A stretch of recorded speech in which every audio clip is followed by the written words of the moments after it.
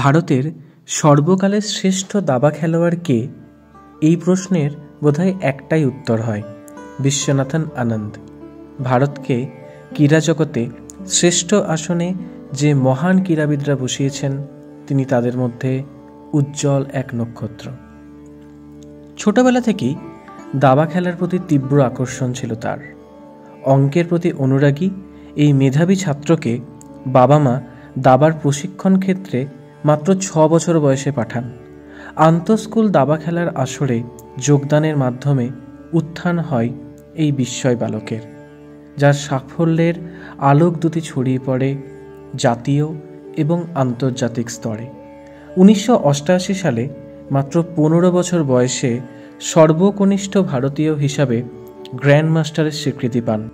তার আত্মজীবনী মাস্টার মাইন্ডে এই বিষয় সম্পর্কে বলেছেন, একজন তরুণ খেলোয়াড় হিসেবে আমি 2 বছর ধরে যে একটা শিরোনামের নিরন্তর আশা করেছিলাম তা হলো গ্র্যান্ড মাস্টার।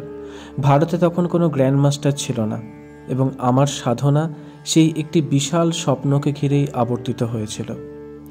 2000, 2007, 2008, 2010 এবং 2012 সালে 5 বার তিনি বিশ্ব দাবা চ্যাম্পিয়ন হন। প্রথম ভারতীয় ক্রীড়াবিদ হিসাবে 1991 সালে রাজীব খেলরত্ন পুরস্কার পান। আরও অসংখ্য পুরস্কারে তিনি ভূষিত হয়েছেন, তাদের মধ্যে পদ্মবিভূষণ অন্যতম। গত 7ই নভেম্বর chess.com আয়োজিত একটি অভিনব অনলাইন দাবা ইভেন্টে 60,000 দাবাড়ু বসেছিলেন তার বিপক্ষে। মাত্র 28 সালে সেই গেম তিনি জিতে নেন। আজ সেই মহান ক্রীড়াবিদের জন্মদিন। আমরা তাকে শুভ জন্মদিনের অনেক অনেক শুভেচ্ছা জানাই। ভিডিওটি দেখার জন্য সবাইকে অনেক অনেক ধন্যবাদ।